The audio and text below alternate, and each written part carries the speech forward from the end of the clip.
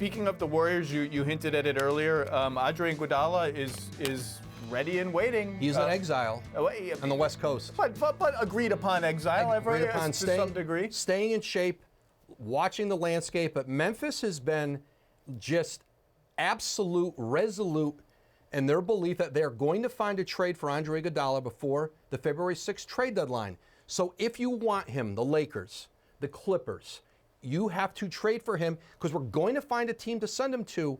And so you better figure out a pathway to do a deal with us. That for either of those two LA teams, they are hoping for a buyout.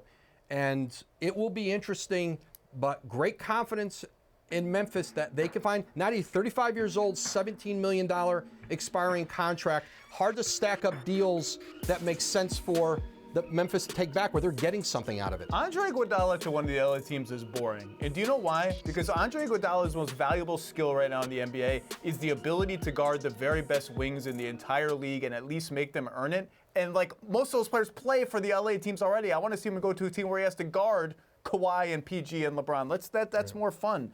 We'll see. And last but not least, a team that really we thought was conceived just for the sole purpose of making trades involving their veterans was the Oklahoma City Thunder, who already have 9 million draft picks for everybody. Yeah. But they have 4 veterans: Chris Paul, Danilo Gallinari, Dennis Schroeder, Steven Adams, who everyone just kind of assumed this season, next season, the summer, wherever, they exist to be traded.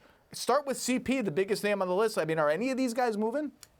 There is no belief in Oklahoma City or even in the CP3 camp that there's going to be a trade for him. After the season, another year off of that giant contract, maybe. He's played well for them. Yeah. But at $40 million plus, so I think they're resigned that he'll be there. Gallinari is the one who's on an expiring contract. Now, if they can't find a trade for him, if they don't do a trade for him at the deadline, they can work with him on a sign and trade after the season to a team that doesn't have cap space.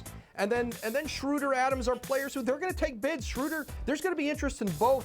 But I think Oklahoma City's in a position where, especially with the guys under contract, they could wait till the season's over to do those deals. Yeah, as you mentioned before, I would keep an eye on Minnesota for Schroeder and really any point guard. And Gallinari, you nailed it.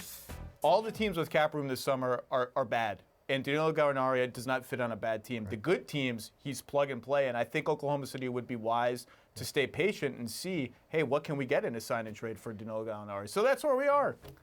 It's been a good starting line to the trade deadline. We have like 7 more weeks of this, and we'll have some fun. Can't wait. Thanks for the intel as always, Zach, my friend. Thank you.